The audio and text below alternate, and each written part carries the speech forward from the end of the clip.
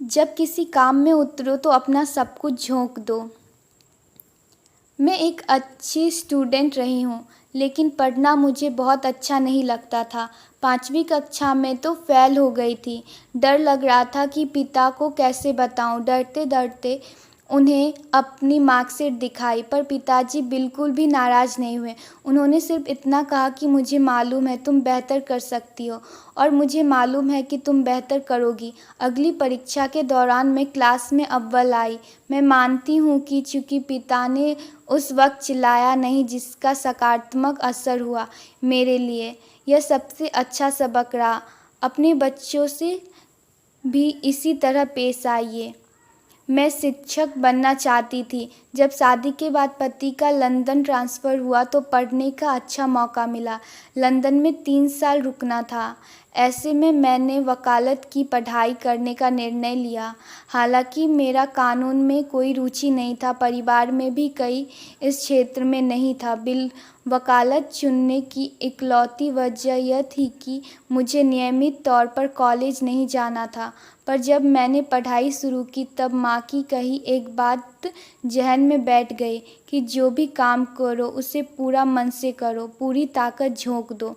उसके बाद मैंने बैच में टॉप किया। उस समय लंदन के एक न्यूज़पेपर में मदर इन लॉ कैप्शन के साथ मेरी बेटे को गोद में लिए हुए तस्वीर भी प्रकाशित हुई।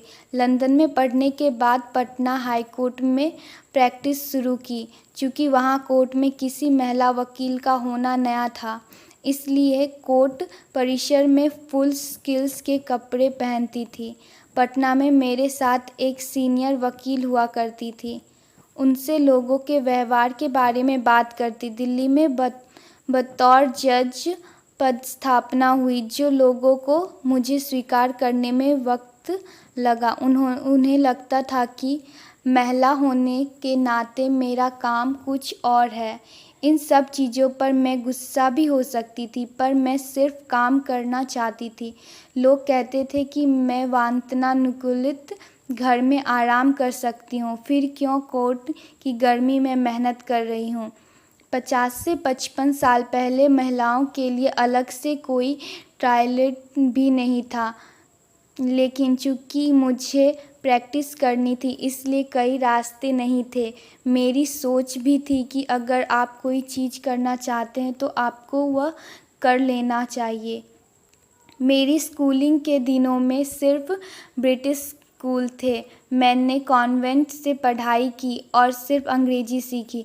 जब मैंने बिहार में प्रैक्टिस शुरू की तब बहुत सारे सबूत हिंदी में होते थे, कई तो स्थानीय बोली में लिखे होते हैं। क्रिमिनल केस में हर शब्द के मायने होते थे। ऐसे में रात भर बैठकर उन शब्दों को समझने की कोशिश करती, पढ़ती रहती। मुझे बाद में इसका पछतावा हुआ कि आखिर क्यों मेरे पिता ने हिंदी पढ़ने के लिए प्रेरित नहीं किया। ज़िंदगी में एक मोड़ पर लगा कि मेरा बेटा विक्रम अखरकर होता जा रहा है। ऐसे में उससे बोर्डिंग स्कूल भेजने के अलावा कोई विकल्प नहीं था। छुट्टियों के बीच वह घर आया हुआ था। घर में आए किसी गेस्ट ने जब उससे कहा कि तुम्हारी माँ बहुत इंटेलिजेंट है, तुम्हें इस पर गर्व होता है? विक्रम का जवाब था कि मुझे कोई फ़र्क नहीं पड़ता कि वह कितनी इंटेलिजेंट है। जब मुझे उनकी ज़रूरत होती है वह मेरे पास नहीं होती है। उस क्षण लगा कि मुझे नौकरी छोड़ देनी चाहिए, पर कुछ दिन बाद बेटे ने कहा कि शुक्र है माँ, आप काम करती हो, नहीं तो आप भी सिर्फ चूल्हे चौके की बात करती।